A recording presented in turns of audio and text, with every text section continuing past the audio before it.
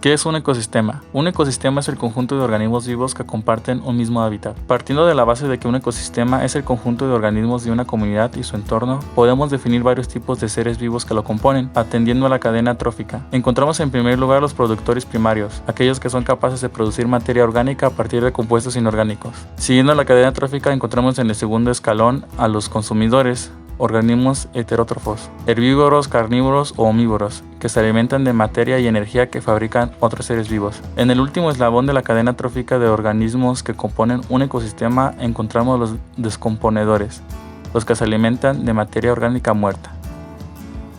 Tipos de ecosistemas. Aparte de diferenciar cada uno de los grupos de organismos que viven en un ecosistema, también podemos elaborar una clasificación por tipos.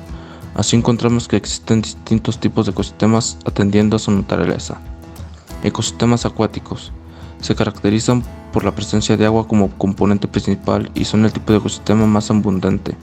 Constituyen casi el 75% de todos los ecosistemas conocidos. En este grupo se incluyen los ecosistemas de los océanos y de las aguas continentales, dulces o saladas, como ríos, lagos y lagunas. Ecosistemas terrestres. Tienen algún lugar sobre la corteza terrestre y fuera del agua en diversos tipos de relieve, montañas, planicies, valles, desiertos. Existen entre ellos diferencias importantes de temperatura, concentración de oxígeno y clima, por lo que la biodiversidad de estos ecosistemas es grande y variada. Algunos ejemplos de este tipo de ecosistemas son los bosques, los matorrales, la estepa y los desiertos.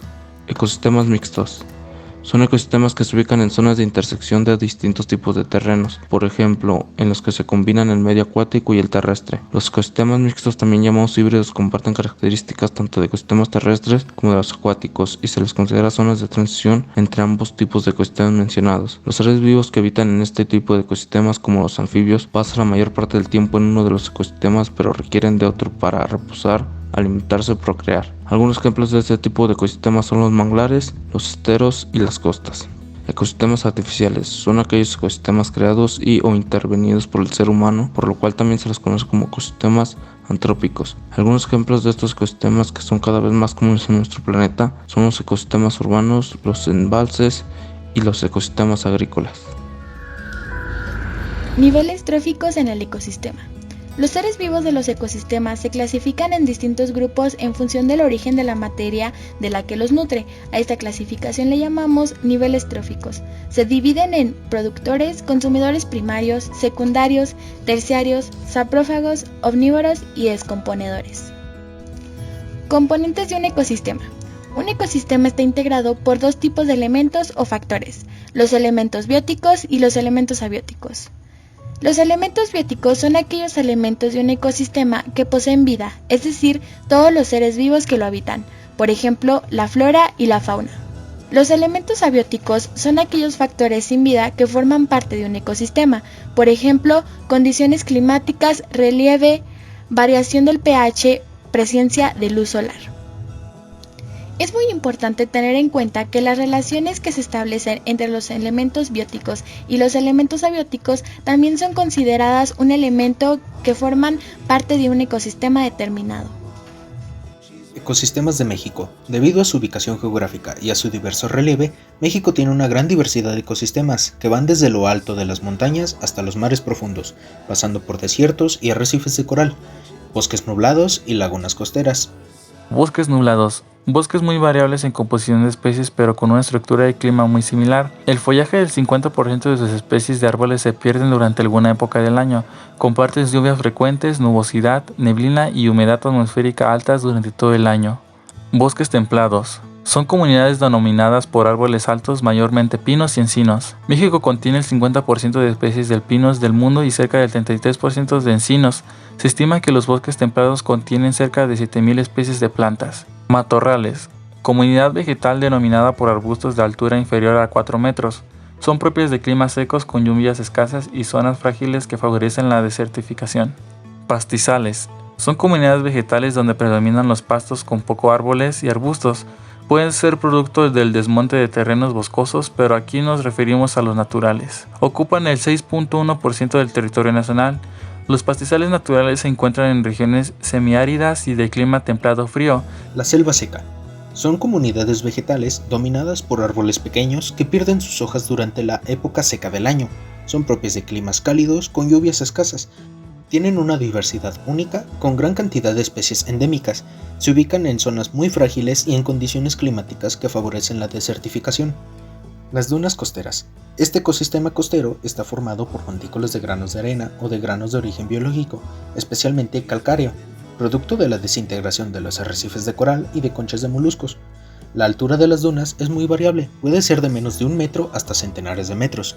Las formas de las dunas son muy variadas, desde los pequeños cordones de dunas, los cuales se encuentran paralelos entre sí, hasta dunas con formas de media luna.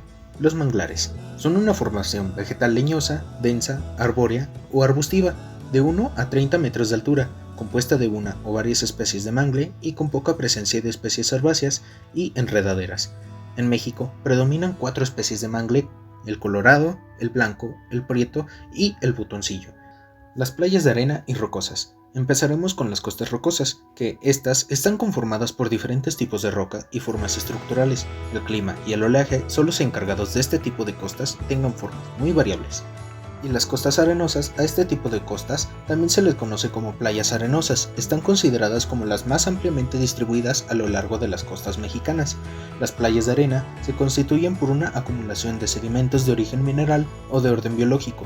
La longitud de esta es muy variable, ya que puede tener desde algunos pocos metros hasta kilómetros. Los arrecifes, también llamados arrecifes de coral, arrecifes coralinos o arrecifes rocosos. Esta es una comunidad marina de aguas poco profundas cercanas a la costa, dominada por comunidades coralinas y estructuras rocosas, con una gran variedad de especies de algas, invertebrados y peces. Pueden ser coralinos, rocosos, mixtos y artificiales. El bosque de macroalgas, también llamado bosque de kelp, bosques de sargazo y bosques de laminariales. Este es un ecosistema costero formado por algas pardas del orden de las laminariales y, en menor importancia, como parte del sotobosque, algas rojas y verdes. Está formado por grandes mantos que forman las algas pardas, el sargazo gigante o kelp y otros sargazos. Estos mantos pueden llegar a medir desde unos pocos metros hasta hectáreas y tener una altura aproximada de hasta 30 metros. Se distribuyen en profundidades que van desde unos pocos metros bajo el agua hasta los 200 metros de profundidad, dependiendo de la especie. Factores que alteran un ecosistema. Existen varios factores que explican la degradación actual de los ecosistemas. Algunos son indirectos y constituyen la causa de grandes retos ambientales que tenemos. Aquí aparecen los hábitos de producción y consumo, la población global, las políticas de gobierno y otros asuntos que tienen que ver con el comportamiento humano. Algunos ejemplos de estos factores son el cambio en el uso del suelo. La presión más grande que ejercemos los humanos sobre la naturaleza proviene de este factor, vinculado a actividades como la ganadería y la minería, que a su vez son causas directas de la deforestación. El cambio climático.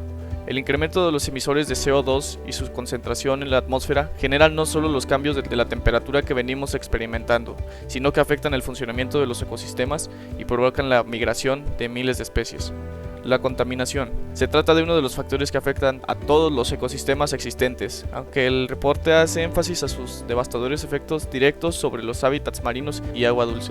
Explotación de recursos naturales. Las acciones humanas provienen de un modelo económico extractivista y una concepción antropocéntrica del mundo han afectado no solo el estado natural de los ecosistemas, sino las poblaciones de las especies que los habitan. Especies invasoras. El equilibrio perfecto que atribuimos a la naturaleza puede alterarse con la introducción de especies que no pertenecen originalmente a un ecosistema y que pueden competir con las especies nativas y endémicas del hábitat por los recursos naturales.